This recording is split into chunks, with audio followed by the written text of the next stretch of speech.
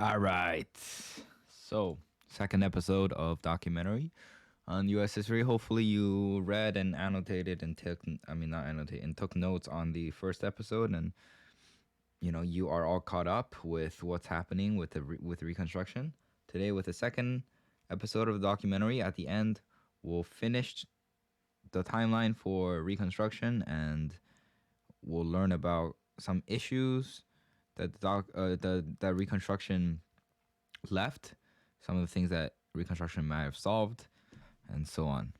Again, I'll watch it in 1.5 speed, and I'll analyze it as it goes.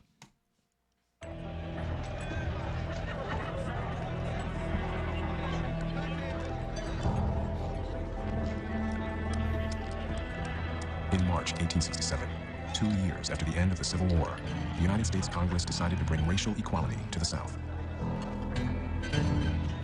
For the last all-white legislature in North Carolina, it was the beginning of the end.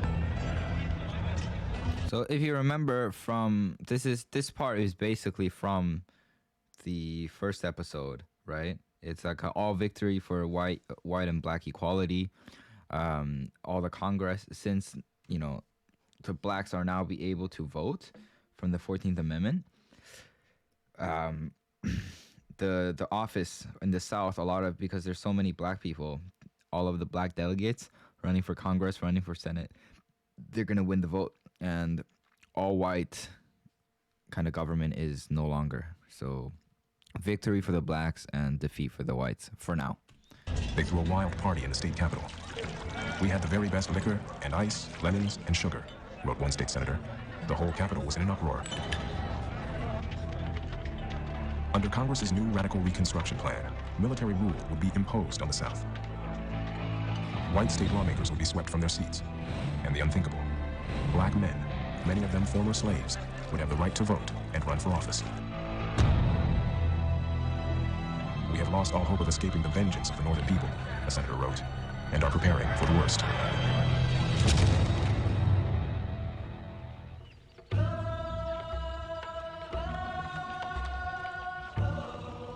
That fall, Southern blacks embraced Congress's plan. In Louisiana, about 100 black men approached the town of Natchitoches, ready to defend their new rights with sticks and guns. They had come to cast their ballots. Scores of Union soldiers, many of them black, stood guard at the polls. It was a scene repeated throughout the South.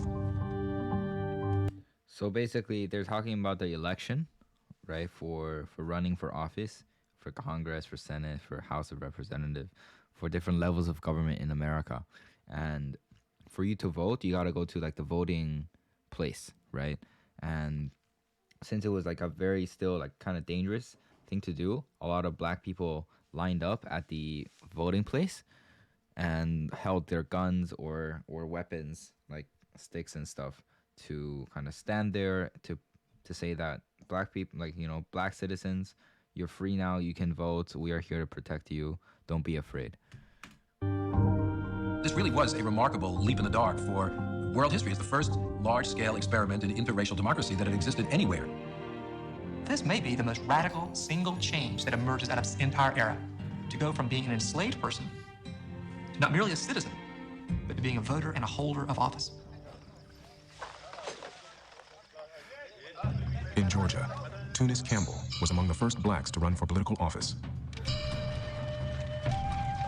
Right after the war, he had set up... So Tunis Campbell runs for office, right? After his... Stop, cat. So Tunis Campbell runs for office after his failed experiment on St. Catharines, since, the black soldiers came and seized his land. Fortunately, because of the 14th Amendment, he's now able to vote and run for office. So because of that, he immediately took the chance to do exactly that. Independent black colony in the Sea Islands of Georgia and declared it off limits to whites. Tunis Campbell was impressive in appearance. He was 6 feet tall, habitually dressed in a three-piece suit with a bow tie, carried an umbrella, a top hat. The planter class is in awe of him, but African Americans are also in awe of him, and he uses that to great advantage. Trained as a minister, he could reach into the heart of a community. he often stood behind the pulpits in black churches on Sundays and said, under the new acts of Congress, we're going to be allowed to vote. You're going to be protected in that vote. We have a great black majority in this district. We are going to elect black judges. We are going. So you can see here, since America is a democracy, right? Pretty straightforward. People vote for who they want to represent them. And in America, you have to know that it's a reminder, right? There's different levels of government, right? So on the top, what do we have? We have the federal government. And then below that, we have the state level government. And below that, we have city level and then town level and so on and so forth. And all of these levels of government, it's the same system of democracy. So the people can vote for all the levels. The people vote for their presidents, right? On the federal level. People vote for the Supreme Court, like people. Congress, that's all the federal level. States, right? State representatives in the Senate, that's the state level, right? You still vote for that. For your town leadership, it's all voting. So basically, if you give the right for black people to vote, they have the exact same amount of political power versus white people, no matter how rich or poor each individual black person is. So because of that, that's why the whites were panicking so much, because they lost all their power. Before they could, black people couldn't vote. So no matter what, all the people who were running for government is going to be white. But now all that's going to change. And in many cases in the South, most people actually are black. And so because of that, if you have the majority black, then you're going to vote for a black person. It's simple as that. Going to elect black sheriffs. We are going to elect black senators. So you see sheriffs, that's the low level, like town level, right? Sheriff, like the chief of police is the sheriff, the head of the police. Senators, that's the state level.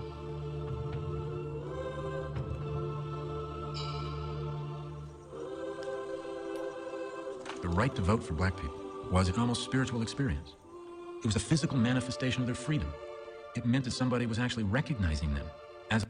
It's important. Physical manifestation of freedom, right? What does that mean? Well, with the 13th Amendment, it meant that slavery was abolished, that now these former slaves are now freedmen, right? In concept, like theoretically, yes. But it's not a physical manifestation, right?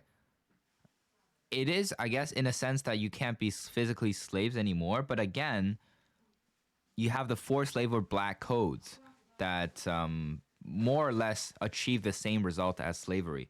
So although the 13th Amendment was very great in abolishing slavery, it wasn't so great to protect any of the rights that the black people had, or I guess didn't have yet. But the 14th Amendment was the first step into actually seeing some change physically in protecting their rights. Now you can vote. You can make a change. You can physically see the things that you're doing to your government and shaping the future as a citizen of the United States. That's huge. As a political human being, the right to vote was like breathing life into them.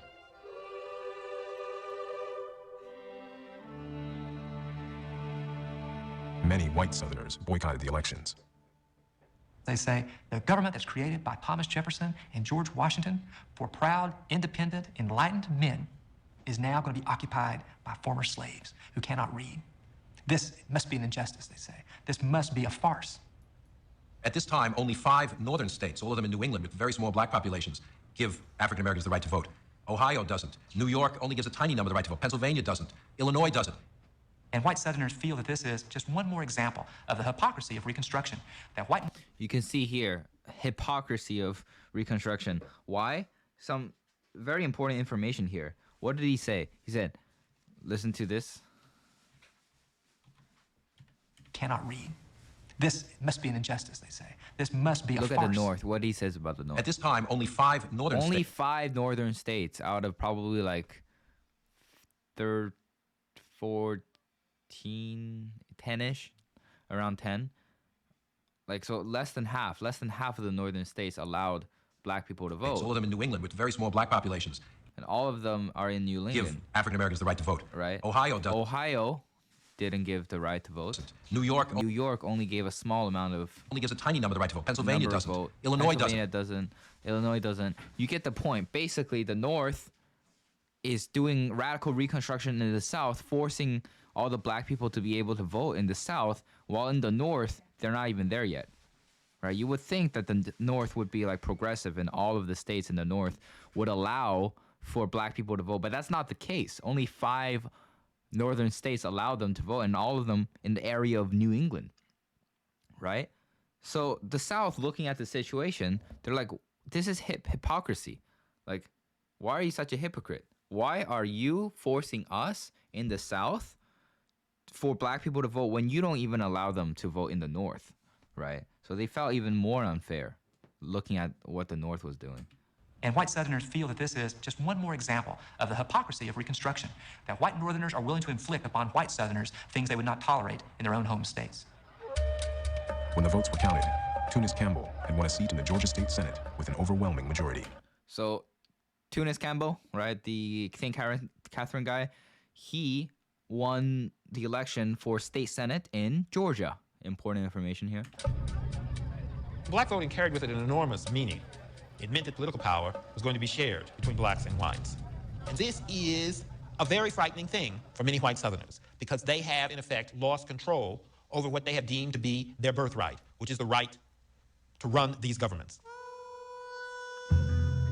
So you hear that?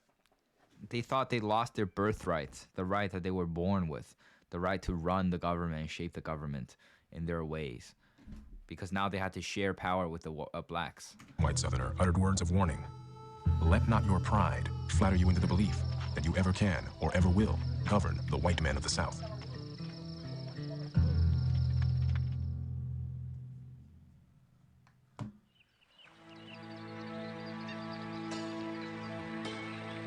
The day was cloudless, the air soft and balmy, the wild vegetation that edged the river beautiful beyond description.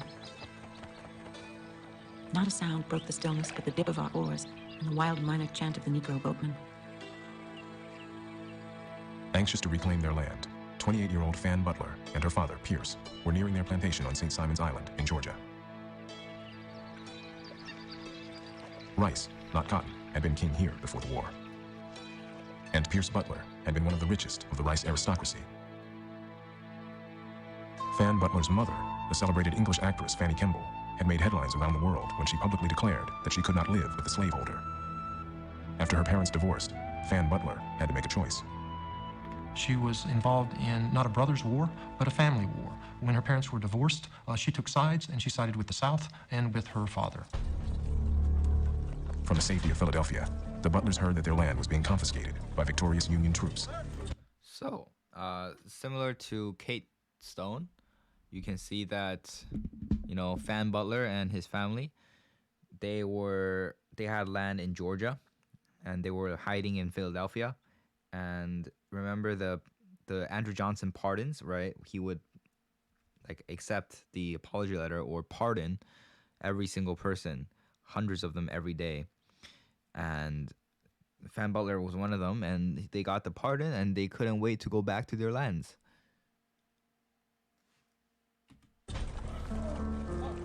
Pierce saw it not only as the possible ending of his family's plantations in Georgia, but he saw it as the end of a way of life that he treasured.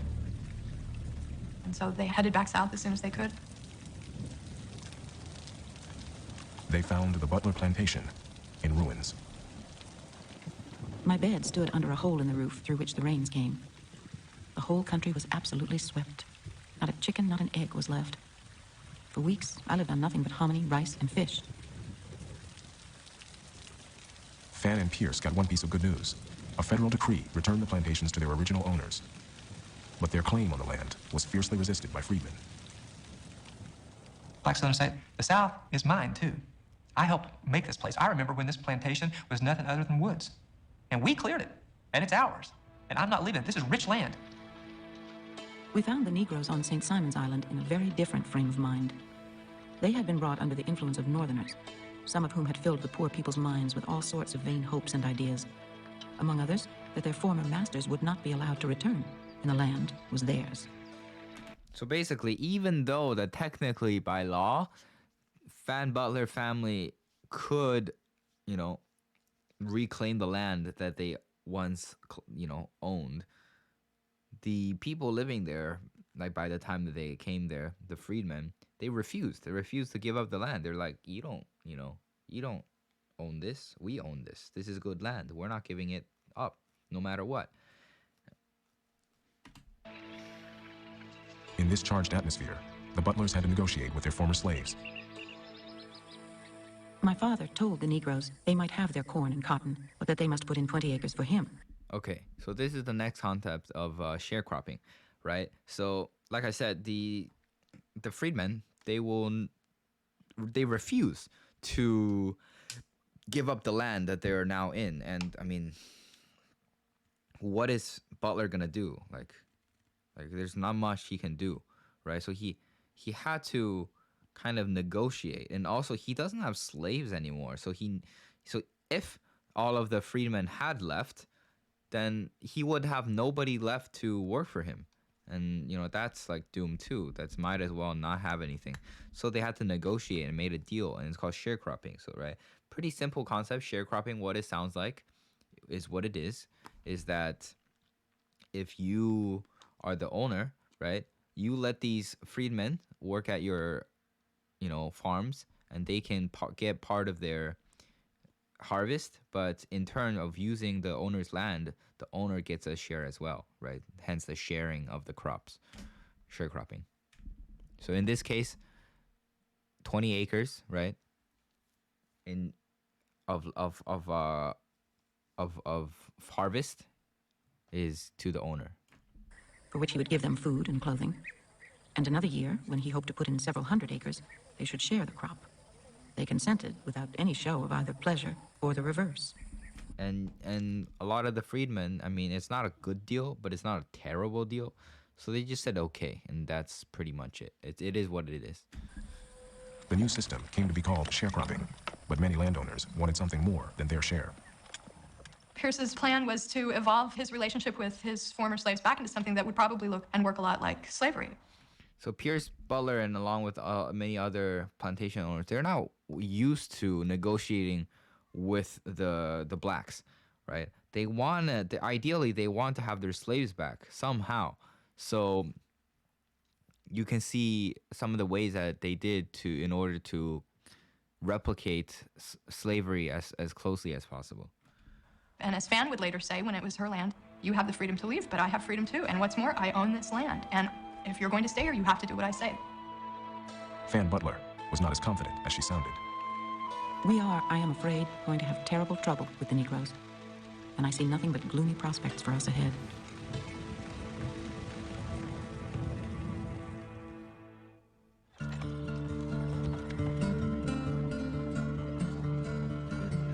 New Orleans in the fall of 1867 was a bankrupt city with just 4 paved roads. The war had left the whole state of Louisiana, one official lamented, dirty, impoverished, and hopeless. But in Mechanics Hall, there was excitement about the future. Under the Reconstruction Law, delegates had gathered to draw up a new constitution for the state. The majority of the delegates to this convention are black. They were well-spoken, they were well-dressed, and they play a dynamic role in this convention. The Constitution that results from this assembly will in large part be their... Wait a second. I'm in class. No. Okay, bye-bye. work. Among the white delegates was Marshall Twitchell, a battle-scarred former Union soldier from Vermont. Right after the war, he'd come up the Red River and settled in the northwest part of the state. It was a wide open frontier. My ancestor, Henry Marston, in 1840 thought land up here was land speculation, and it was rich, fertile land to be cleared in cotton land. And so I imagine Mr. Twitchell was very excited about what he was going to do. The thrifty Twitchell had saved enough to buy 420 acres of cotton land. He married Adele Coleman, the daughter of a local planter, and got to know his neighbors, both black and white. The vast majority of Northerners who moved south moved there because the South was now the new pioneer society.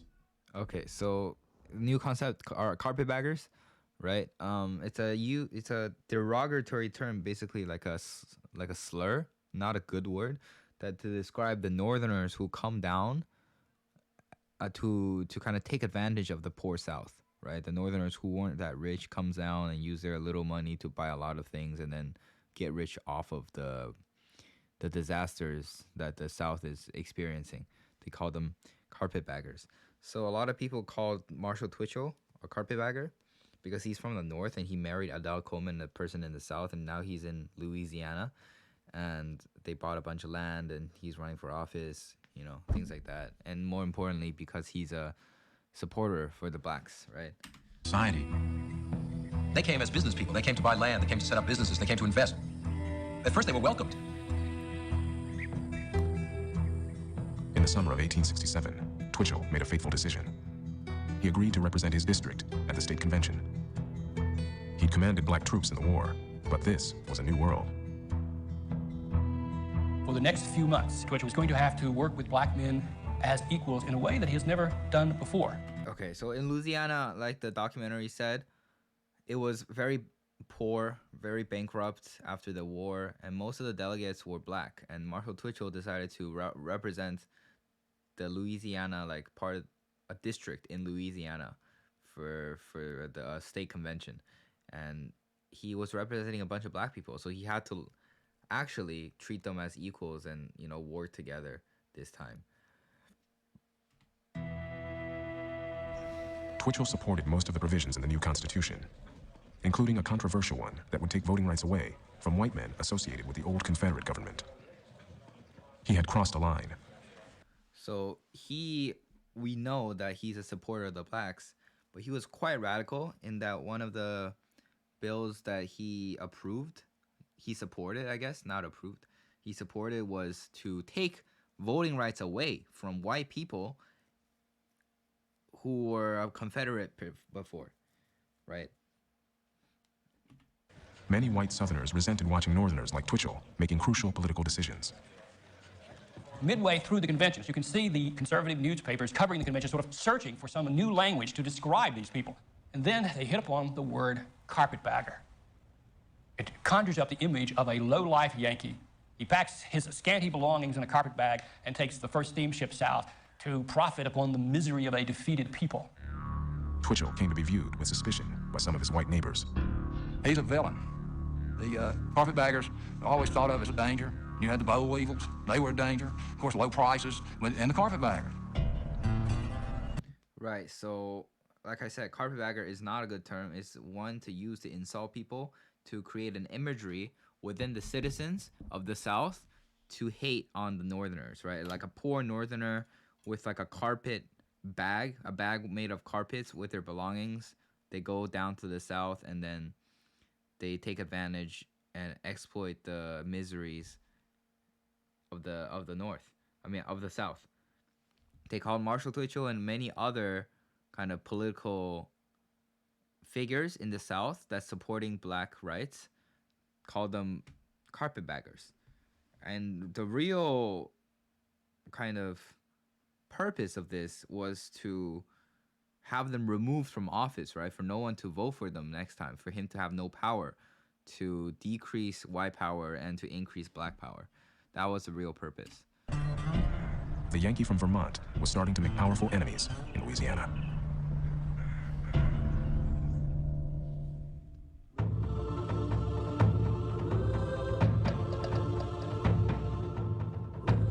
In the summer of 1868, Tunis Campbell entered the Georgia State Legislature in Atlanta.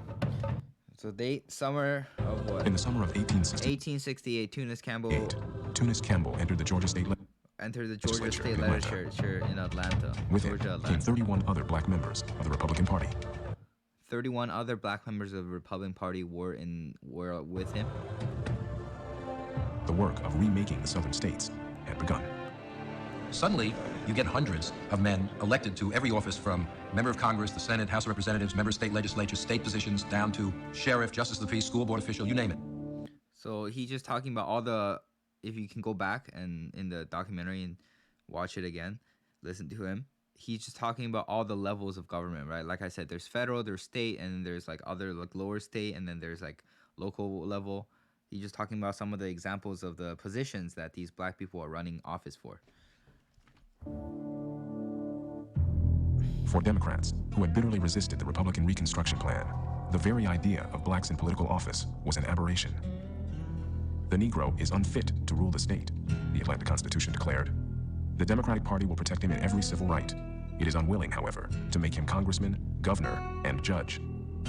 It will not consent to degrade its own race by elevating an inferior above it. In the Georgia legislature, blacks were outnumbered 4-1. As soon as Tunis Campbell took his seat, he came under attack from white. Okay. So, 31 black legislators in the state of Georgia, Atlanta, but they were outnumbered significantly by whites, 4-1. So because of that, they will never actually have any power to do anything because they will always be outvoted, right? And immediately, the whites started to attacking Tunis Campbell and the other black legislators on the state convention. It's on both sides of the aisle. What you have here is a very volatile moment in which alliances politically are shifting very rapidly, and from one day to the next, you don't know really what's going to happen. The few white Republicans who did support black legislators were branded as traitors to their race. Blacks should quit dabbling in politics, argued one newspaper, and go to work to earn an honest subsistence. Most whites in the legislature maintained that the new Georgia Constitution only gave blacks the right to vote, not the right to hold office.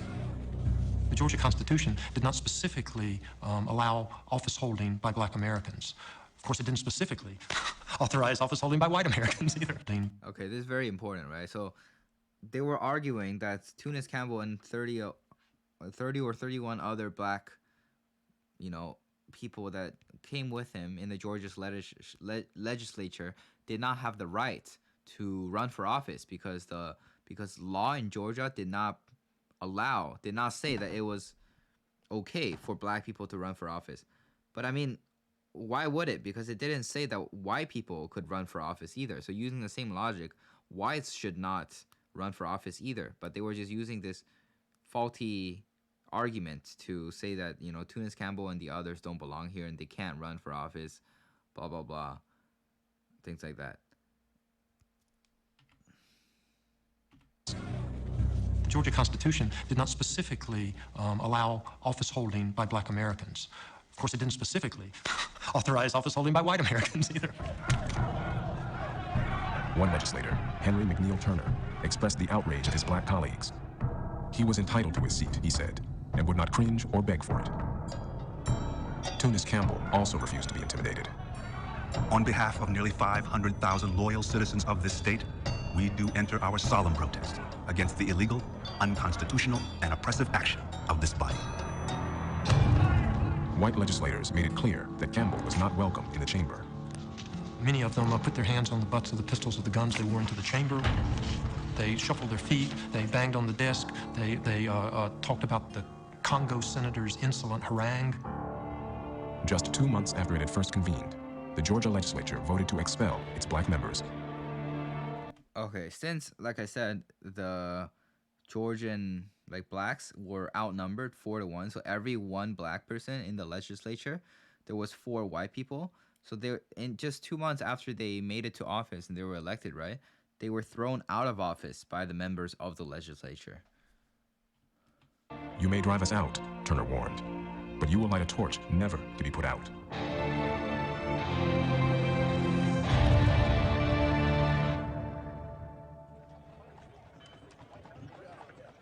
Tunis Campbell immediately left for Washington to ask the federal government to intercede in Georgia. The capital was in the midst of the first presidential election since the Civil War. The campaign of 1868. So because they were, unrightfully thrown out of office, the Georgia's legislature, black members, they went to the White House. They went to the federal government and they said, hey, that's not fair. Can you help us out? It came down to a battle over Reconstruction. The Democrats nominated Horatio Seymour and Frank Blair. Their views were shared by many in populous northern states like New York and New Jersey. The Democratic Party ran arguably the most openly white supremacist election campaign in American history. They painted the Republicans as, quote, nigger lovers. So this election after, Johnson's election, the next one, it was like a super, super obvious battle between, okay, do we let is whether the racist is going to win or the not racist is going to win. So the racist party, the Democrat Party, is just saying, hey, man, we are white, right? We do not allow black people to be on the same level as us. So please vote for us so that the white stays on top. Basically, that's it. White supremacy, 100%. And that was super popular. Most of the South and many states in the North as well, like New York, like the documentary said. The Democrats absolutely repudiate Reconstruction. They basically say, if we get in, forget about Reconstruction, we're going to repeal all this and put the South back under the control of white leaders. Though the views of the Democrats had wide support, many voters gravitated to the Republican candidate, Ulysses S. Grant. They found comfort in the Union general who had won the war. Grant's slogan was "Let us have peace." The general understood that the Northern heart cared deeply about reuniting North and South. He promised to support Reconstruction, but wrap it up quickly. There was a kind of new politics. Okay, so Grant, Ulysses S. Grant, is a new guy. Not a new guy, but I mean he was a general in the Civil War that helped to win the war for the North, and he wasn't as radical as Lincoln was, or as racist as Andrew Johnson was. He was actually he was a supporter of black rights, but he knew that he couldn't really say that outright openly, or he would lose the thing. So his slogan was, "Let us have peace." So he was a mediator. He was a middleman to make sure that the North and the South are both happy. That's what his campaign was all about. That we were gonna, make sure that the South is reconstructed, right? To make sure that they're fit to come back to the country. But we're not gonna do a very, very long process of reconstruction like the radical Republicans wanted. We're gonna do a fast version of it. So it was a good compromise. Civic religion. White Southerners began to build memorials, consecrate battlefields. It was their way of dealing with loss. 18% of white Southern men of military age are killed in the war. 80,000 widows in Alabama applying for support and aid. One of the things they want to do is simply on an emotional level cope with all that death and somehow reclaim the meaning of those deaths. But to honor the dead, you have to enhance the cause. So this wasn't simply about the loved ones, it was also about the cause for which they died. The Lost Cause is a celebration of what white Southerners see as the best of the Confederacy. Its nobility, its Christian virtues, its leadership, the loyalty of its men. They basically began to forge the Confederate Lost Cause as not a story about loss, but a story about victory. They might have lost the war, but they were now winning the ultimate victory over control of their own society and against Reconstruction. Democrats took back power in Virginia, North Carolina, Tennessee, Georgia, Alabama, Arkansas, Texas. White Southerners called it redemption. Many of the elections were won through violence and intimidation. White Northerners did nothing to stop it. Okay, so this is kind of like a new era, right? Very important era. What they just said, you should go back and kind of take a lot of notes on it. So this era called the Lost Cause. So what is the Lost Cause, right? So the Lost Cause is a period of time where the Southerners reminisced and kind of thought about the war. They're like, what did we lose? What did we stand for? What are we? What values and ideals do we stand for? So honor. They were remembering all the bravery that people fought for the war and all the people who died, right? They thought about all the values they had. Of course, in it is white supremacy as well. And for state rights, all of this, people, hundreds and thousands of people started to remember the war and remember what they first fought for, to regain control in the South in their own hands. And it worked. Like it said, Democrats took over Virginia, North Carolina, Georgia, Alabama, Tennessee, Arkansas, and Texas. All of these were controlled by the Republican before, but this is all now because of the Lost Cause and the kind of motivation that people got from the South. It was taken back by the Democrats. And the Northerners didn't do anything to really oppose it. I think a key part of it is race and the basic agreement, North and South, among white Americans about the need for subordination of African Americans. Yeah, this is why, right? Why did the North, most of the North, not do anything about it? Well, because black power is getting out of hand in the opinions of both North and the South. right? The North is seeing like in the South, the black people are getting too much power that they're comfortable with. So they're like, you know what, the South, we can ignore you for a second and let's just work on the bigger enemy, which is black people.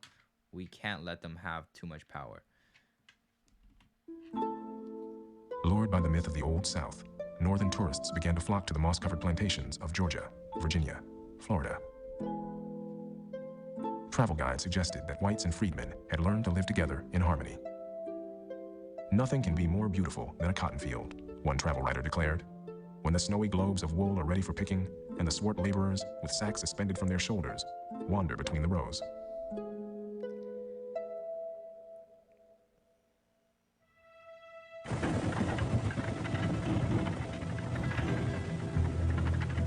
In the summer of 1874, Marshall Twitchell went to New Orleans for the Republican State Convention. His brother-in-law, Frank Edgerton, the sheriff of Coushatta, wrote him a letter warning that some of the leading men in town had formed a chapter of the White League. The purpose of the White League, Edgerton wrote, is the extermination of the carpetbag element, nothing more nor less. Twitchell's reply was intercepted by the League and published in the local paper. He wanted to call in federal troops, he had written, but they would only come if some overt act were committed. He needed an incident so he could bring federal troops to Coushatta. And he got an incident, but I don't think it was what he was counting on. The White League was also looking for an incident. Members staged random attacks on blacks. And when a white man was wounded in one confrontation, they had what they needed. Claiming the Twitchell clan was behind a black rebellion. Okay, so White League, right? KKK, white supremacy groups like the KKK, you know, these groups that are formed for no reason other than to regain white supremacy, to suppress the blacks, and to kind of get rid of the carpetbaggers from the North and reestablish the South as a Southern power, and only the South can control it, right? And Twitchell knew the existence of it because he received a letter written from Everton, right? But then the problem is he reached out to the federal government, but they said that they would only send troops to help with the Klan if like a really bad thing happened, if someone like died or like a lot of people died, then they would send troops to help. So Twitchell was like, okay, then we need some sort of like accident or like some sort of event that happens where the Klan kills, you know, some of the innocent people. But little does he know, the Klan was looking for the exact same thing. So they just like made like attacks, random attacks where both sides were fighting each other. And as soon as one of the Klan members were killed, they used that as an excuse, as the reason to kill more of the blacks and the carpetbaggers and the black sympathizers. They seized Twitchell's brother, Homer, his 3 brothers-in-law, Clark Holland, Henry Scott, and Sheriff Edgerton, and 20 of their black allies. They were forced to sign a document promising to resign and leave Louisiana forever. The majority would like to see these people out of town safely. After all, they have broken bread with these men. They have entertained one another. They've gone to church with one another. Escorted by guards, the white Republicans left Coushatta, carrying all their money and valuables. They headed for Texas. They haven't gone far when they look back and see a large body. Wait, did I skip part of the... Oh shit, I might have skipped something. 5449. If they can take part of your crop, they will. And Fan Butler is one of the worst abusers of the system, so be tough with her. So he had... of the people in an impoverished condition. Their property was in a state of decay. To have the rate of taxation increased was to them a very... in Georgia. The Capitol was in the midst of the first presidential election since the Civil War. They basically say, if we get in, forget about Reconstruction, we're going to repeal all this and put the South back under the control of white leaders. Wait, I just skipped. Oh, no. Oh, no. That's so bad. Fuck. Do I stop it? No, let's continue. Though the views of the Democrats had wide support, many voters gravitated to the Republican candidate, Ulysses S. Grant. They found comfort in the Union general who had won the war. Grant's slogan was "Let us have peace." The general understood I that already the Northern talked about Heart this. cared deeply about reuniting North and South. He promised to support Reconstruction, but wrap it up quickly.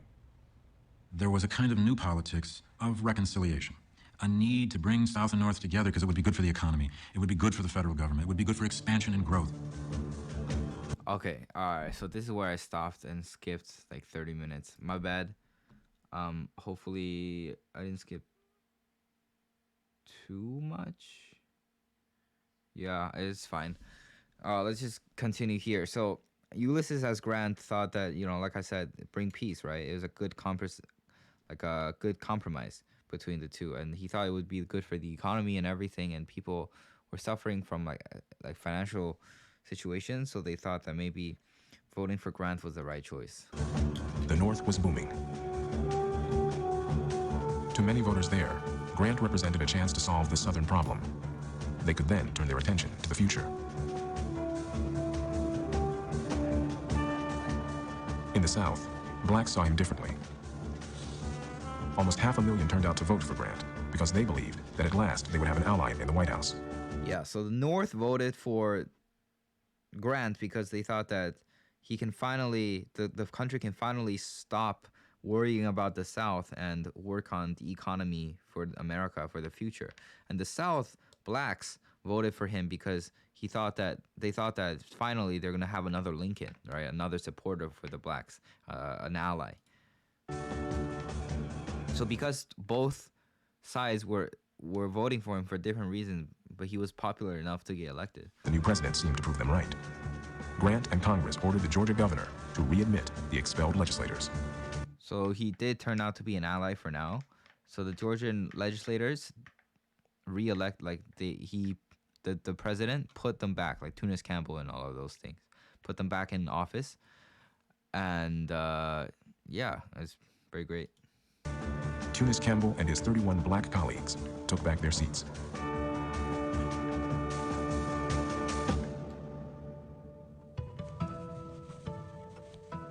While Tunis Campbell fought aggressively for black rights, John Roy Lynch moved more cautiously. Lynch had been a house slave in Natchez, Mississippi. After the war, he had learned to read, taught himself photography, and worked his way up in the business. I think he only had about 4 months of formal schooling, but he's a very bright young man and a fast learner. He listened, and he was also in the photography business, so he heard a lot of people who could afford to have their pictures taken. So John Roy Lynch is a black man who was a slave before. He learned a little bit of, school. So he knows basics of like reading and writing and things like that. He worked as a photographer. And back in the days, you have to know that being a photographer, you're taking photos of really rich people, right? Like normal people can't afford a photography. So with really rich people back in the day, what's their hobby? Well, if they can't buy, Lamborghinis, rich people talk about politics. So through working as a photographer for these rich people, he kind of absorbed a lot of information, right? Also a lot of information about politics. And that's how he got involved and decided to participate in politics. Lynch's customers talked politics, and he soaked it up, even teaching himself parliamentary law. By 1870, he was a newly elected state legislator walking up the steps of the Mississippi Capitol. He was 22 years old. At 22, he decided to run for office in Mississippi. Lynch is one of those guys who is created by the Reconstruction situation. Opportunities open to him which would have been inconceivable before this moment. This legislature had some very important work before it. The entire government had to be reconstructed so as to place it in perfect harmony with the new order of things. Black legislators, they're not asking for really radical changes. They're asking for deeply American things. Equality in the courthouse, the right to be on juries, the right to testify on your own behalf. So black people weren't asking for anything ridiculous.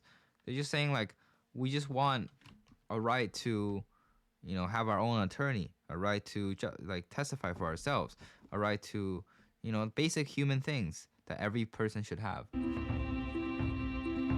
A lot of what these black lawmakers and white Republicans are trying to do, you might almost say, is bring the South into the 19th century. Public school systems, for example. The South didn't have that. large numbers of Southern whites were illiterate. Reconstruction establishes the first public school systems in the South. Within a year, Mississippi opened 230 new schools for blacks and 252 for whites. So Mississippi, a very progressive state for Reconstruction. They were doing a lot of things to help out citizens of not only whites, but also blacks, right? Public schools is an example here. 230 for blacks, 252 for whites.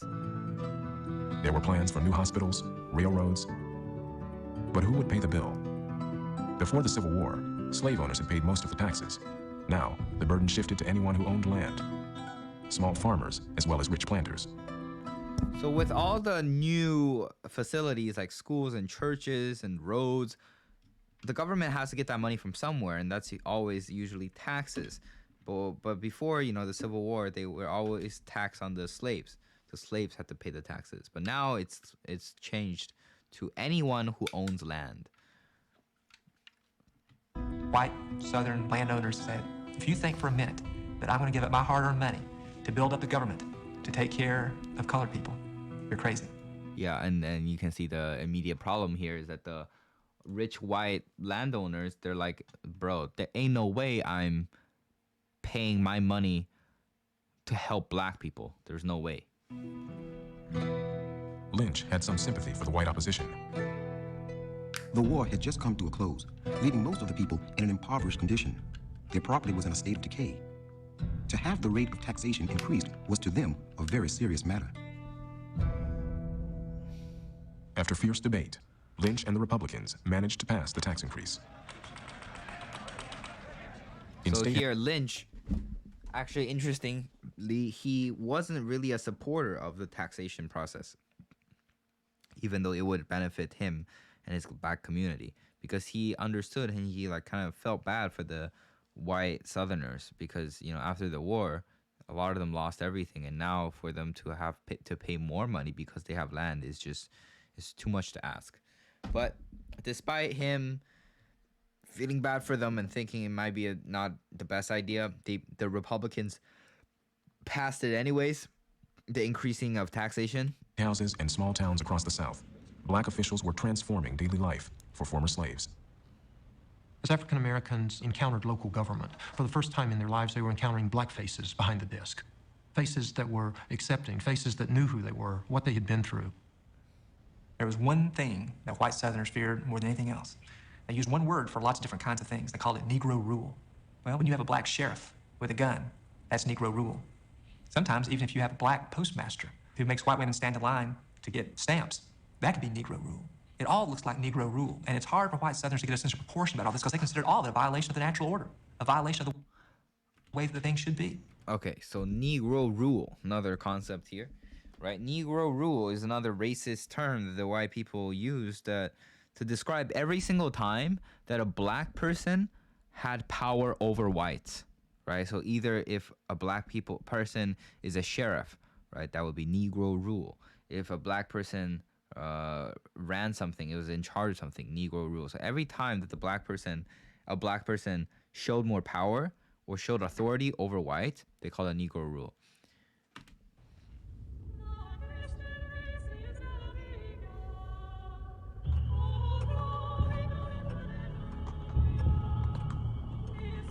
A shadowland of secret clubs and societies began to take shape.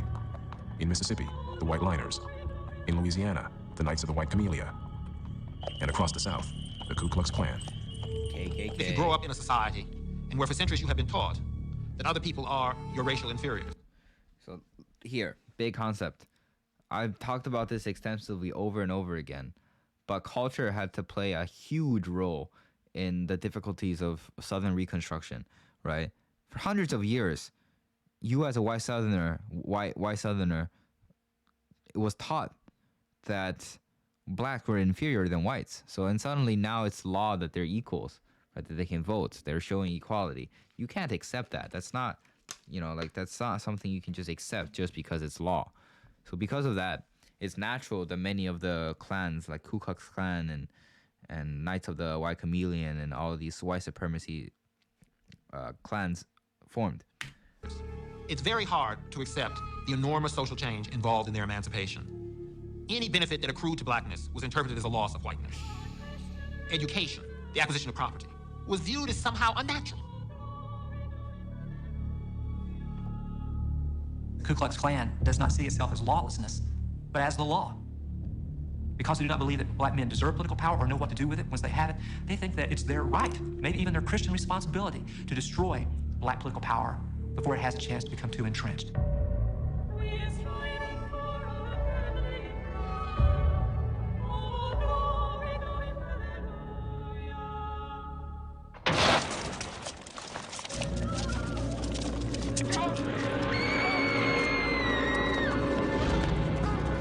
Abram Colby had been elected to the Georgia legislature, along with Tunis Campbell. The Democrats wanted to curb his power in the county. They tried bribes, but Colby turned them away. In October of 1869, the Klan set out to teach him a lesson. They were the mercenary forces of the Democrats who were trying to regain power. They were not simply using the ballot because they felt they would lose at the ballot box. They were using violent coercion. They were eliminating their competitors. So, like KKK, 1969 October, they took Abram Colby, right, a black legislator, and threatened him that threatened him to give up his spot, or they'll kill him, or his family, and hurt him, something like that. But it didn't work. Colby's attackers could not hide behind their hoods. Some of them were the first-class men in our town. One is a lawyer, one a doctor. That's the interesting thing. This KKK clans and these white supremacy clans weren't made out of like savages. They were made out of a lot of the times like very high class citizens who were living quite well in the like upper echelons of society, right? Lawyers and doctors. They were part of the KKK, and that's why they wore these masks to hide their identity. But I mean, it couldn't hide them, of course, as they kind of figured it out. Some are farmers. I knew the voices of those men as well as I know my own. They would take people out of their houses or their cabins in the dark of the night, strip them out in a road, make them run down the road, make them sometimes lie on a rock where they would be whipped, where men would line up to whip them. Sometimes they would burn parts of their bodies. These were sadistic tortures. They said to me, "Do you think you will ever vote another damned radical ticket?" I said, "If there was an election tomorrow, I would vote the radical ticket." They set in and whipped me 1,000 licks more. So the KKK was like, "Hey, Colby, you gonna vote for another black radical bill?" And then Colby's like, "Hell yeah, I am. You bet your ass." And then they would just whip him even more, and he would ask again and try to like have him finally not do it. But Colby refused to give up. This was a war of terror. The Ku Klux Klan, organized in 1867, is an original American terrorist organization.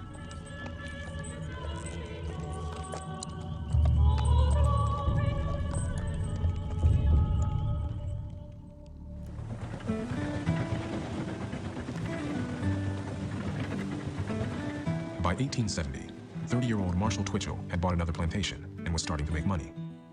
He brought down from Vermont his 3 sisters and their husbands, his brother, Homer, and their mother. And he decided to run for the state senate. In a district that was 70% black, Twitchell had an advantage. One of the things black people most want, they want to be treated with dignity and respect. 70% black in Louisiana in the district. He wanted to run for state level before he ran for the district, right? So that's one below the state level. Now he wanted to run for Senate. And in that area, they were 70% black, right? Louisiana. And because he's white and he's a supporter of blacks, he was very, very popular. Marshall Twitchell does treat black people with dignity and respect. He does want to see them get an education. That doesn't mean he invites his black lieutenants over for Sunday dinner. Senator Twitchell appointed some blacks to positions in the local government, and he made real improvements in the district, building levees, schools, a courthouse, churches. But the better jobs in the government went to the Twitchell men, and some of his white neighbors resented his family's growing power. They were the clerk of court, the tax assessor, the sheriff, the state senator. And he used those positions then to enrich himself and his family. And that's how he was viewed by the people that lived here with him. From his nearby plantation, Confederate veteran B.W. Marston kept a wary eye on his neighbor. My great-grandfather had a military background and a violent background. his regiment overran General Sherman right at Shiloh Church. So he had known violence, and he'd known leadership, and this was a frontier area, and he did what it took. This is the most violent place in Louisiana and probably the most violent place in the South. Even without the Civil War and Reconstruction, it's a violent area. The Civil War and Reconstruction add a thick layer of social and political violence. The affairs of the parish were being extravagantly managed, B.W. Marston said of Twitchell. Managed in the interests of a ring for spoils. I consider him a tyrant.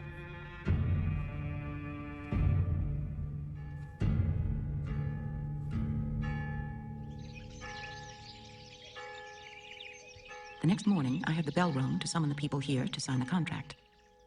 And then my work began in earnest. Fan Butler was trying to run 2 Georgia plantations by herself.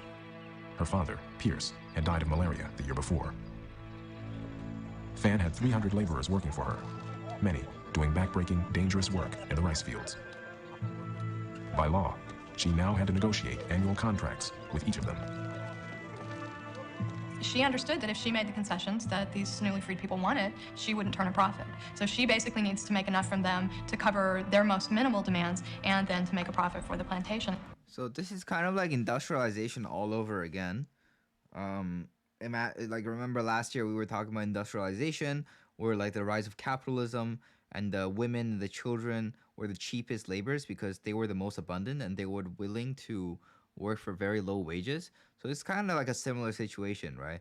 Now that they couldn't, that like people like Fan Butler couldn't have these slaves anymore and have the freedmen work for free, she had to negotiate with them and kind of compete for prices.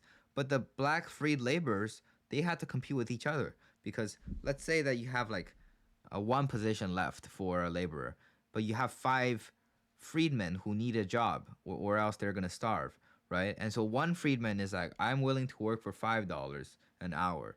And then Fan Butler is like, that's okay, that's too high. And then you still have 4 other people. And then one other person is like, oh, you know what, I'm willing to work for $4. And then the next is like 3, and then the 2. And then the final guy is like 1. And so this is how you drive the prices down, with a lot of workers willing to work. And so Fan Butler had to find the exact price, the lowest price that these laborers were willing to work for, and set that price as the price that they would pay him. For 6 mortal hours, I sat in the office without once leaving my chair, while the people poured in and poured out. One wanted this altered in the contract, another that. One was willing to work in the mill, but not in the field. And so it went on all day, each one making me sensible, as he called it. Neither she nor the other members of her class know how to handle free labor. What they want is a docile, disciplined labor force. They don't want people asking to be guaranteed their wages. They don't want people asking for time off, because this is completely unacceptable.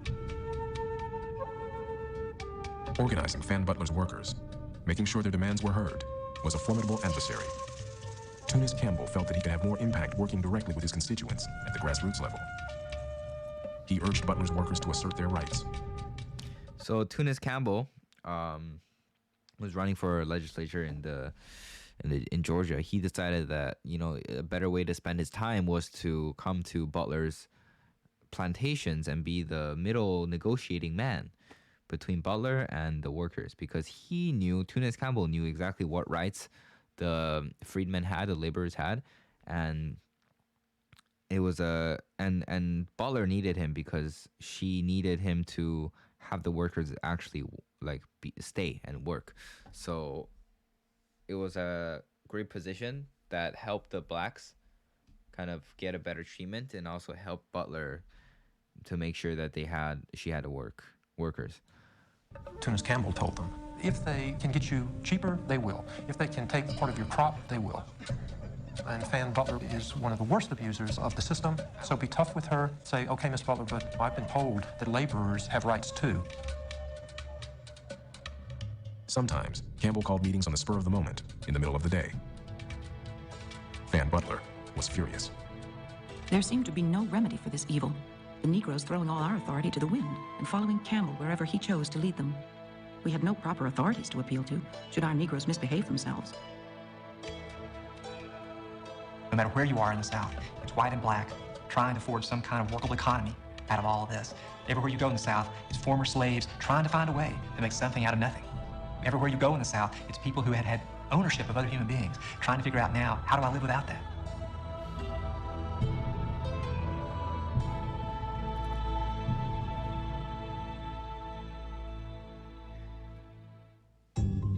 State your age, where you were born, and where you now live. I am 52 years old. I was born in Greene County, and it is my home now, when I can live there. In October 1871, 2 years after the attack that nearly cost him his life, Abram Colby testified before a congressional committee. His back had been badly injured, and he had lost the use of his left hand. But he'd gone back to the Georgia legislature, and he continued to campaign against Klan violence. No man can make a free speech in my county. I do not believe it can be done anywhere in Georgia. If you go there, you will be killed or shot at or whipped or run off. The growing number of attacks like the one on Colby had finally prompted a federal investigation. Hundreds of witnesses risked their lives to tell their stories. Northerners, who cared little about the fate of blacks in the South, were horrified by the accounts in the newspapers. It really reveals to the country the extent of these kind of atrocities and terrorism in the South. So finally, you know, Colby, he was attacked by the Klan multiple times, and he was badly injured. He went to the court to appeal for his like injuries and the injustice, and him standing out, you know, giving a speech telling everyone that this is not fair, kind of encouraged and motivated many others who had similar experiences who were also attacked by the Klan to step up. And because so many people stepped up, and it was very dangerous to step up because you have to be in public to say that you were attacked, and if you do that, there's a good chance that the Klan's gonna come and just kill you, right? But enough people were brave enough to kind of confess about the violence that happened, that the federal government, the central government, took notice and started an investigation. Grant realizes we've got to stop this. We can't just allow everything that we're trying to accomplish to be destroyed by the flagrant acts of these white vigilantes in the South. Grant understood that the memories of war, North and South, were still raw, and felt he couldn't risk full-scale intervention. He could, however, set an example in one state, South Carolina, where Klan terror was at its bloodiest. In the fall of 1871, he declared martial law. Scores of suspected Klan leaders were rounded up and tried in federal courts. It's infuriating to white Southerners that they would come in, impose this national power in their own homes, doubt their word, solicit the testimony of former slaves. This is something that would just insult white Southerners more than anything that had been done up to this point. So Grant was supposed to be an ally to the blacks, right? And so he did help them again. He thought that, you know, he couldn't really stop the Klan violence in every single state, because that would cause too much like anger. But he decided to pick one state, South Carolina, where Klan violence was like the most prevalent, the most common, and he declared martial law. And what martial law is basically something that the president can do, because the president is, again, I already said this, but the president is in charge of the military, the whole army, and so he can just say that, you know, something is happening, and if you don't do something that he says you have to do, then he will send the army and destroy you. And that's basically martial law. And that's how Lincoln enforced his Emancipation Proclamation as well. But him, you know, taking a lot of like Klan members and putting them into like court, and then having black people be the witnesses and testimonies, infuriated a lot of like Southerners and whites around the country. By the end of the trials, federal prosecutors had destroyed the Klan in South Carolina. Grant's crackdown had brought a measure of peace for the time being. And it worked for a bit.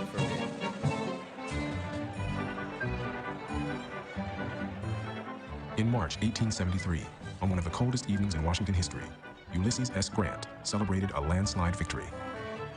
His crackdown on the Klan had been popular with many Northerners and helped him win a second term. The states lately at war with the general government, he announced confidently, are now So Grant, with that like North Carolina, you know, action, cracking down the Klan members and, you know, destroying them, was so popular in the North that he won a second term of president. Rehabilitated. For the first time in American history, blacks had been invited to the inaugural ball. It's an extraordinary moment in Congress for black congressmen. There were 7 black congressmen from southern states serving in the U.S. House of Representatives, one of whom was John Roy Lynch. After 2 years in the Mississippi legislature, Lynch was elected to Congress. Just 25, he was the youngest member of the U.S. House. Only 10 years before, Lynch had been a slave.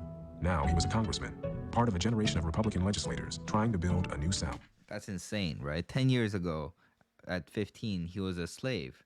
At 22, he became, ran for the Mississippi legislature, right, on the state level. And then 3 years later, at 25, he got elected to the Congress, the highest level of government. The Republicans say, we're not just trying to do things for black people. We're trying to improve the entire economy and fairness for all people. These railroads aren't just going to help black people. And somebody is going to have to take care of ill people who can't take care of themselves. And you poor white families would also like to have schools for your children, wouldn't you?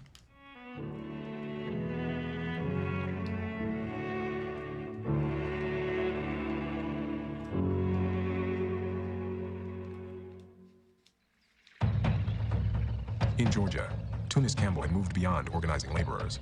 He was now rewriting the codes of behavior for freedmen. Tunis Campbell was determined not to let whites overcome blacks in areas that he could control. Couldn't control what was going on at the state level anymore. Couldn't control what was going on at the national level. But on the local level, through his office, he could make decisions that affected people's lives on a daily basis. Campbell told freedmen they did not have to yield to whites when they passed on the sidewalk, and they no longer had to address them as master and mistress. In Campbell's district, some blacks were even seen carrying hunting rifles. I do believe that Tunis Campbell aimed to be at least a little provocative.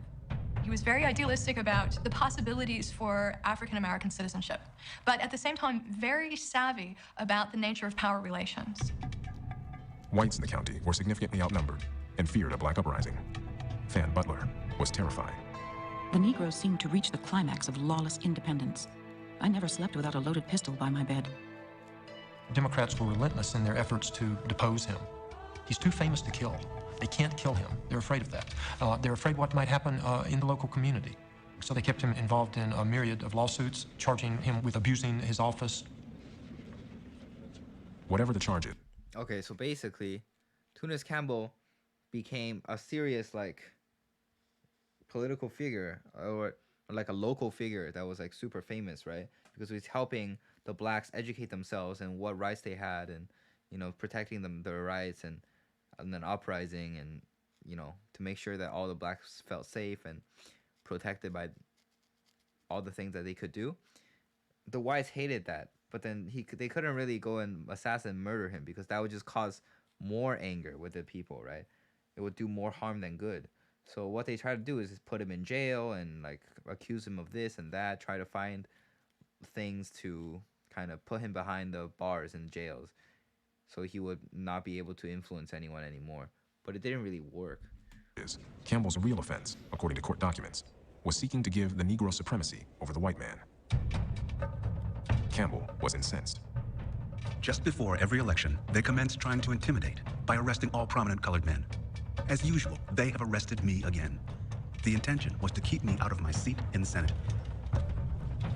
When Campbell's called to trial, his lieutenants send out word, and African Americans come off the plantations. They stop work, they go home and get their shotguns, and they arrive at the courthouse.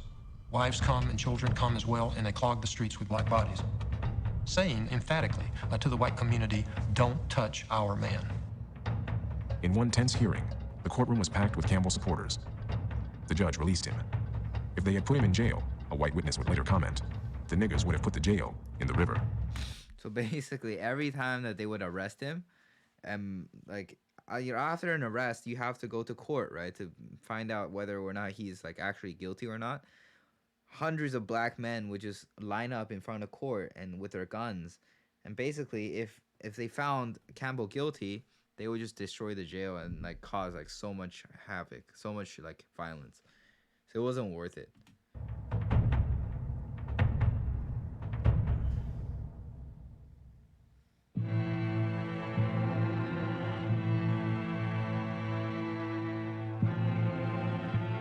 In early 1873, a series of articles began to appear in the New York Tribune.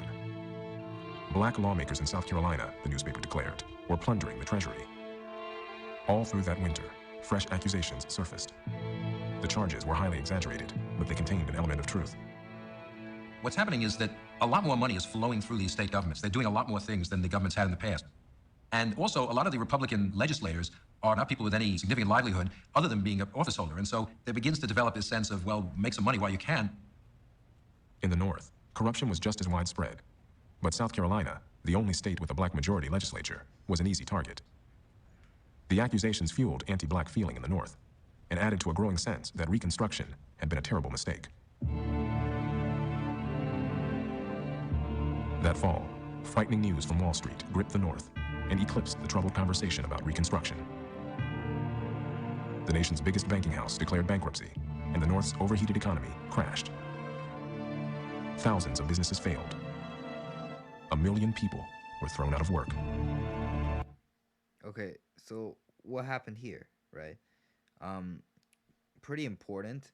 So there was rumors that the government was corrupt, and especially like governments where black people were involved were corrupted, where they were like cheating money, right? Laundering money, moving money around illegally. And that kind of gave a bad taste in a lot of people's mouths, kind of gave a bad reputation for blacks in office. And they thought that maybe Reconstruction of the South and making, you know, blacks able to vote in the South was a bad idea, because now they're like scamming money out of the government for blacks. But that obviously, I mean, it's not like not true, because black people, some were corrupt, but so were whites, right? It was the same all across the country. But they focus on like the black states like South Carolina, which, you know, like I said, gave a bad reputation for the blacks. On top of that, something that happened is the economy crashed. How did the economy crash? Well, too many people kind of like started to ask their money back, and the money, like the bank didn't have enough money to give back, so they were bankrupt, and that kind of scared a lot of people, and then that caused a chain reaction, huge depression, like economic depression, with a lot of like firings and unemployment. So because of that, the North now suddenly, like the North was the biggest ally for the blacks, right? And now they're gone because they had better things to worry about. They had to worry about their own lives. How do I get my money back, right? How do I survive this terrible economic situation? So they're like not really caring about the blacks anymore. And we can see the downfall of Reconstruction here. The start of the downfall. In the terrible depression that followed, Northerners had little patience for the plight of Southern blacks.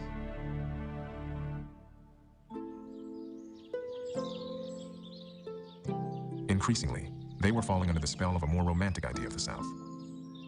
A growing legend of a lost civilization. White Northerners begin to sympathize with the ideals of the white South. Yes, there was a time in the United States when life was not all about money. Yes, there was a time when there was an aristocracy. You find that white Northerners as well as white Southerners loved these ideas deep into the 20th century. It came to be called the Lost Cause. The white South's own version of its history became a kind of civic religion. Okay, so this is where I accidentally skipped, right?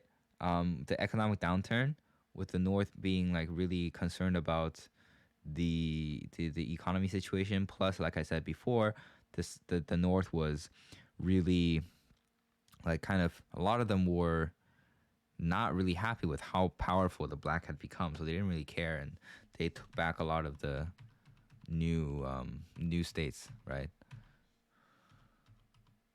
You can go back to the video a bit to find what I was talking about here.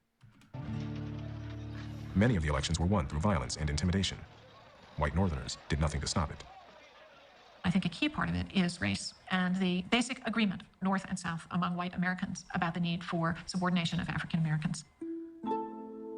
Lured by the myth of the Old South, Northern tourists began to flock to the moss-covered plantations of Georgia and Freedman Fields with the Republican State Convention. His brother-in-law, Frank Edgerton, the sheriff of Cushing, Moore, Act. And he got an incident.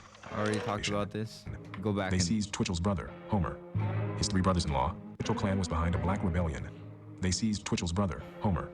His 3 brothers. Right. So what happened here, I already talked about, but basically they were finding a reason to start the whole conflict, right? And one of the clan members got killed or injured, and that's when they took away Homer's predators and all of their family members to try to kill them. Brothers-in-law, Clark Holland, Henry Scott, and Sheriff Edgerton, and 20 of their black allies. They were forced to sign a document promising to resign and leave Louisiana forever. The majority would like to see these people out of town safely. After all, they have broken bread with these men. They have entertained one another. They've gone to church with one another. Escorted by guards, the white Republicans left Coushatta, carrying all their money and valuables. Okay, the thing is, right, like the documentary is saying, the members of the Klan, a lot of them are just citizens, right, normal citizens, and many of Marshall Twitchell's families and these black people, they know each other closely, some of them, between the Klan and the Republicans. So they didn't really want to kill them necessarily. They just wanted them to leave. That's why they forced them to just leave, right? But you can see what happened here is kind of unexpected. They headed for Texas. They haven't gone far when they look back and see a large body of 30 or 40 men riding hard, closing in upon them. Out front is a heavily bearded man, sweat just streaming from his body. And as he approaches the rear guard, he screams out, "Get out of the way or share the prisoner's fate." The guards get out of the way, they offer no resistance. At the head of the column, the 6 Republicans suddenly see these men coming down upon them, and one of them screams out, "Mount and ride for your lives." And almost immediately, 3 of them are shot from the saddle. Homer Twitchell supposedly cried out, "Somebody give me a gun, I don't want to die like a dog," and a bullet hits him in the face a moment later. Homer and 2 others were killed instantly. The other 3 were captured and shot. All were buried in shallow graves. Once they were arrested, they were going to die. They had to, because these men would have come back with a military force, the likes of which Red River Parish had never seen, and there would be military tribunals for all of the people involved in this uprising. Right, so in Red River, this place that Twitchell was settling, a very violent place, and they were leaving, to Texas. But then a bunch of other Klan members decided to show up and just kill everybody. Twitchell was, I think, the only one who survived. The following morning, Twitchell got the terrible news. Because all of his family and everyone was captured. He wasn't captured. It's just that his family, friends, and 20 black people, they were all died. Imagine Twitchell reading that telegram and reading it again and reading it again, thinking there's got to be some mistake. They can't all be dead. Surely some of them were simply wounded. The Coushatta massacre made headlines across the country. Many people were shocked that the violence in the South was now targeting whites. All these people who were killed are office holders. So you've taken the public officials of Red River Parish and simply executed them. And if it can happen in Red River, it can happen anywhere. And for Freedman, if the White League can take white Republican officials and execute them in cold blood, what can they do to us? Nobody is safe. For weeks following the massacre, local black leaders slept in the woods at night. The massacre was part of a larger push to take back Louisiana from the Republicans. All right, so the Coushatta massacre, right, killing Twitchell's family and friends and allies, that scared a lot of the black leaders in Coushatta, in Red River Parish, in Louisiana, because they thought that if they can kill the whites, then how easily will they be able to kill us, the blacks? So they ran away, and a lot of times they slept in the woods, so they couldn't, the Klan members couldn't, the White League couldn't find them. And all of this is to do what? Is to take back control for the Democrats in the South, for whites. On September 14th, the White Leaguers struck in New Orleans, seizing the Republican-run legislature in a bloody battle. President Grant was alarmed.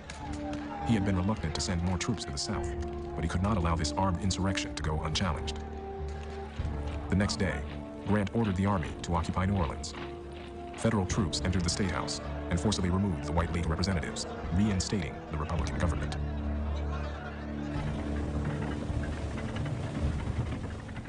Twitchell went back to Coushatta, escorted by soldiers from the 3rd U.S. Infantry. He carried with him a long list of suspects. My great-grandfather, Captain Marston, was rounded up in this. He writes about it. He felt as if he was dragged before a carpetbagger court, a Yankee judge, as he called him. He said he would rather take death here than be hanged by a foreign court in New Orleans. In all, 25 people are arrested for complicity in the Coushatta massacre. These people are housed in the Coushatta courthouse, but they will never be brought to trial. Twitchell can never get the evidence that will permit him to bring these people to trial, although he will keep trying, with perhaps disastrous results. Grant's intervention in New Orleans backfired. The spectacle of federal soldiers marching into a state legislature was a shock, not only in the South, but all across the North. So many felt that Grant had gone too far.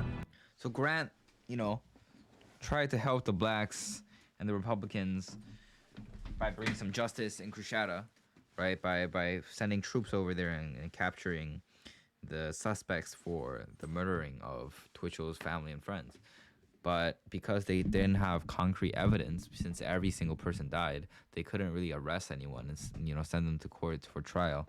And that angered a lot of people, not only in the South but in the North as well. And they thought that Grant went way too far in supporting the blacks and the sympathizers. Overstepped his constitutional powers. If this can be done in Louisiana, said one senator, how long before it can be done in Massachusetts and in Ohio?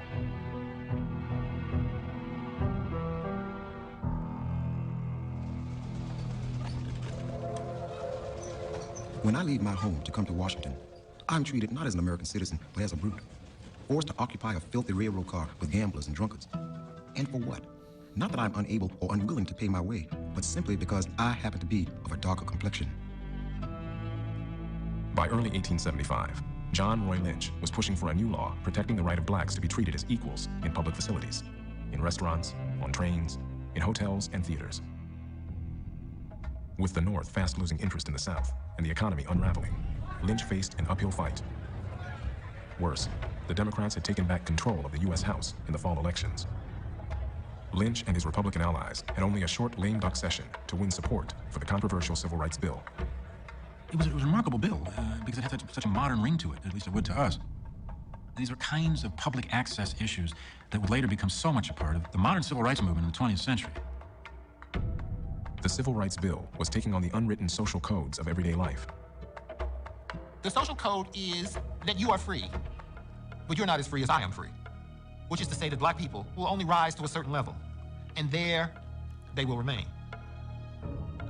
Whites saw the Civil Rights Bill as the opening wedge into the bugbear of 19th century society, and that was a belief that if you opened up these places to black people, it would open the door to racial mixing. This is the great anxiety and fear that haunts all of the discussion about civil rights during the Reconstruction period. And this fear is not only a fear in the South, it's a fear in the North also. Lynch refused to give up. If this discrimination is to be tolerated, then I can only say that our social system is a disgrace, and our religion a complete hypocrisy. The Republicans managed to push the bill through, but it was never widely enforced. Within a decade, the Supreme Court declared it unconstitutional. So what is this bill? This bill, Republican allies had only a short lame duck session to win support for the Worse, the Democrat and the economy unraveling. Lynch in the fall elections.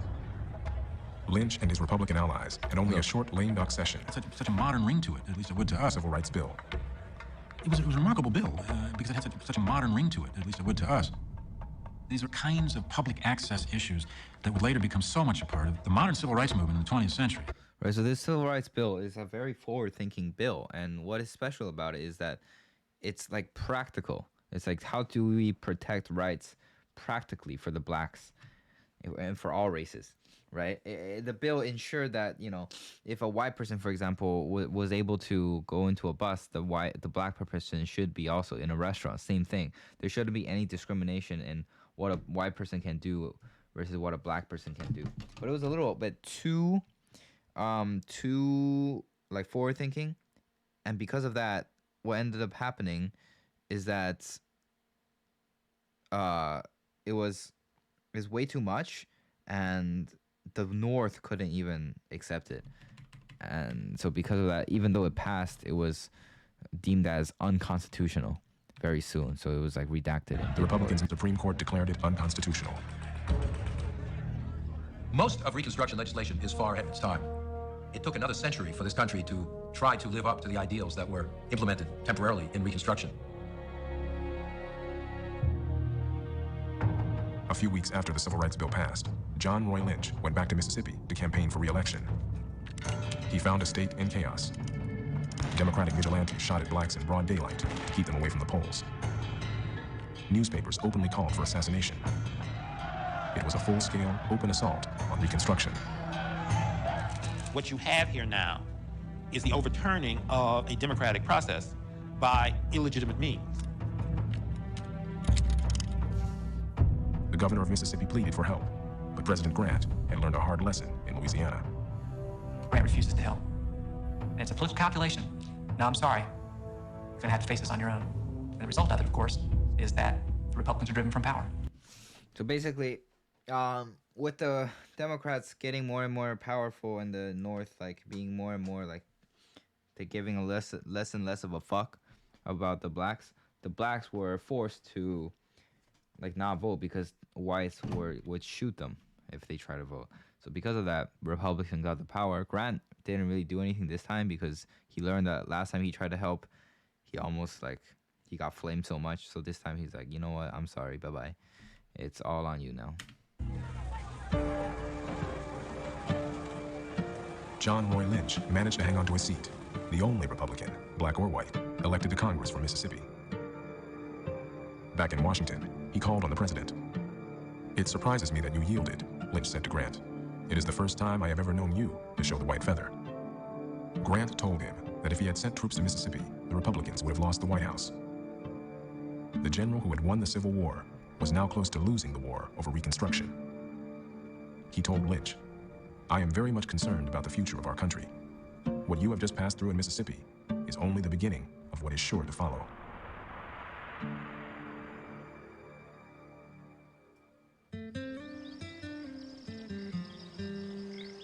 In the spring of 1876, Marshall Twitchell risked a brief visit to Coushatta to tend to some business.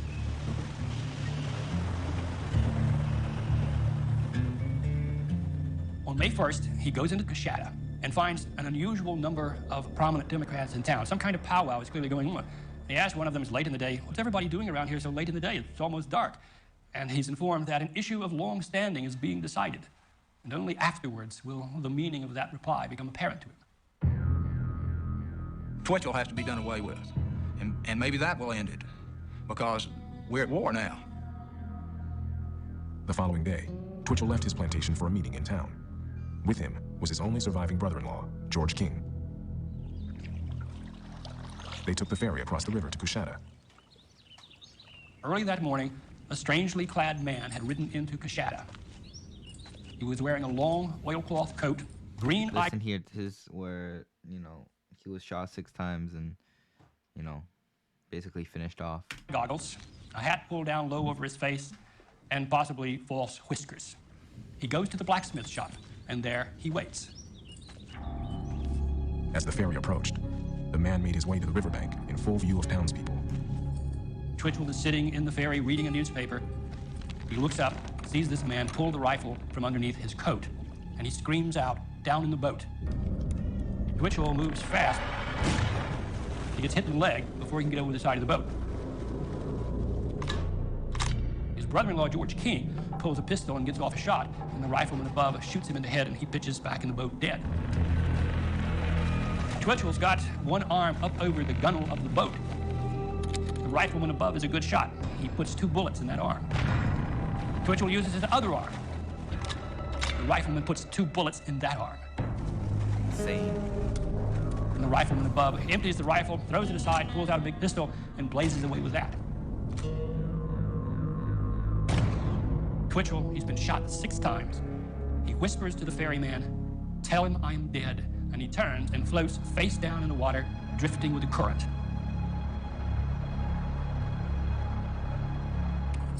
A black servant woman approaches the rifleman. She asks him if he was shooting at an alligator. And he says, yes, a damned black alligator. The assassin's identity was never revealed. There's some speculation as to it being my great-grandfather.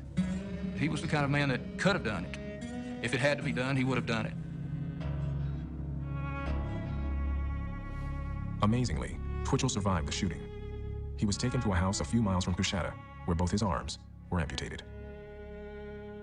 I turned my face to the window, watching the sun as it disappeared behind the trees, reviewing my past life, and trying to imagine what would be my future in the world. A delegation of local black ministers came to pay their respects. The concern of these ministers was not simply for Twitchell himself, but for all he represented. Okay, so Marshall Twitchell may be like the most important white man to support the cause of black equality, right? He had the privilege of being white while supporting and sympathizing with the blacks, and it meant a lot of power. And that's why he was shot, right? Presumably dead, but he somehow survived. But he was shot like enough that he will never be able to participate in government again.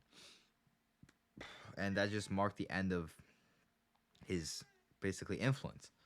He represented this dream of a truly biracial society in which black people would be treated with respect and dignity. And he's almost a corpse now, and he becomes a metaphor for their own broken dreams. The White League in Coushatta had a very different reaction. Our people rejoiced at it, B.W. Marston recalled, as much as they would at the killing of any tyrant in the world. Everyone was... B.W. Marston and all the other Democrats in Coushatta were so happy. They're like, oh yeah, baby, he's dead. It ends the fucking, like, the period where he will fight for black rights. Very happy that Twitchell was gone. We're still happy today that he's gone.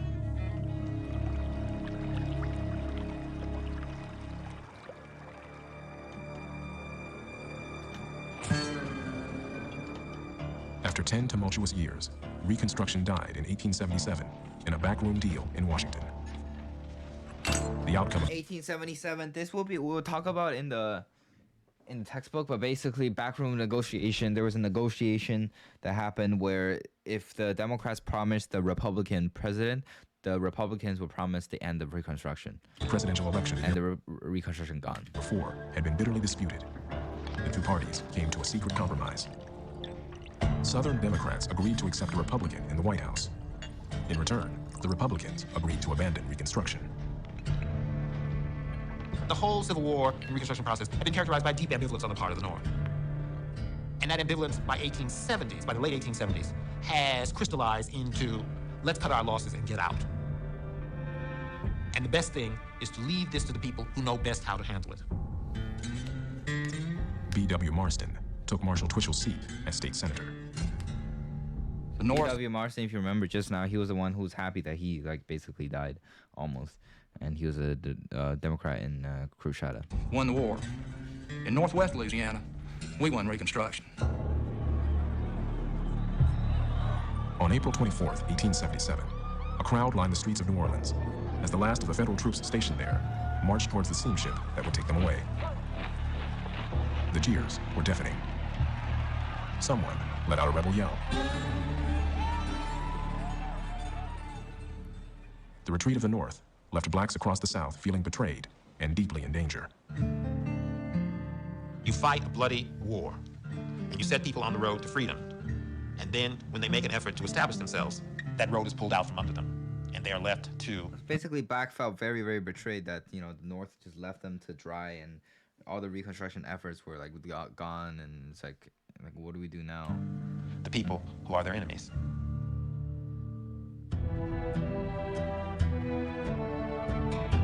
Marshall Twitchell moved back to Vermont. Fitted with artificial arms, he was made a consul to Canada in 1878. After Louisiana, he found his quiet life unnerving. Fan Butler married an Englishman. She tried to keep the plantations afloat, but eventually gave up and moved to Britain in 1877.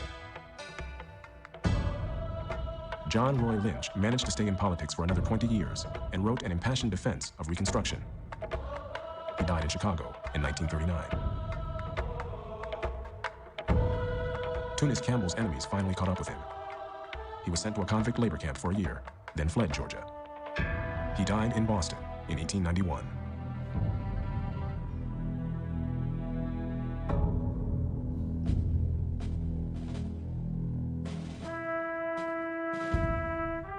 In July 1913, more than 50,000 Civil War veterans gathered on the battlefield at Gettysburg. Gray-bearded soldiers, North and South, joined to mark the 50th anniversary of the battle. So 50 years later, after the Civil War, Reconstruction's forgotten. And guess what?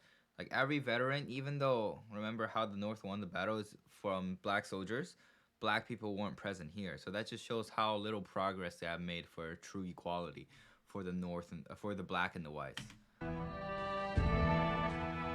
Veterans felt a kind of bond that came from being soldiers in the war, regardless of which side they had been on. They're celebrating their youth. They're celebrating their glory of bravery. They're celebrating the fact that the American nation had come back together. The poetry of the moment was irresistible. Bitter enemies reconciled. A nation made whole once more. No one there seemed to notice that there were no black veterans in the crowd. That reunion comes at the cost of black liberty and black freedom. It also comes through a very clever process of rewriting history. The Southern legend of the lost cause had prevailed. By the turn of the century, an image of Reconstruction has been fixed in the American consciousness, both North and South, as a terrible mistake, a travesty of democracy. And according to this image, African Americans were given these rights they were unprepared for. Therefore, there was this period of terrible misgovernment. Great changes take time, and this is a great experiment in biracial democracy. But one of the tragedies of Reconstruction is that it only lasted such a short period of time. It's too short, the problem. By 1913, many of the rights won by African Americans during Reconstruction had been A lot of the things that happened that helped the blacks have been reverted. taken away. Segregation was the norm, and lynching epidemic. But some of what they had built killing them like without any good reason. amid the turmoil of Reconstruction had survived. Killing the black without Communities, any reason. schools, and churches. But what's good is that the facilities survived, things like the schools, churches, right? A hope, American dream for the blacks someday to become equal. That never died, and that's the success of Reconstruction. Over the next several generations, black Americans never let up in their desire to be full American citizens. The idea of being a black congressman did not die. The idea of being a black justice of the peace or superintendent of the schools did not die. That ideal of America where there was equality, of a South where there was opportunity, never died. The idea that there's potential in the future, there's hope for a world where everything could be equal is still there. So that's, in the sense, how Reconstruction didn't fail. All right, so that's it.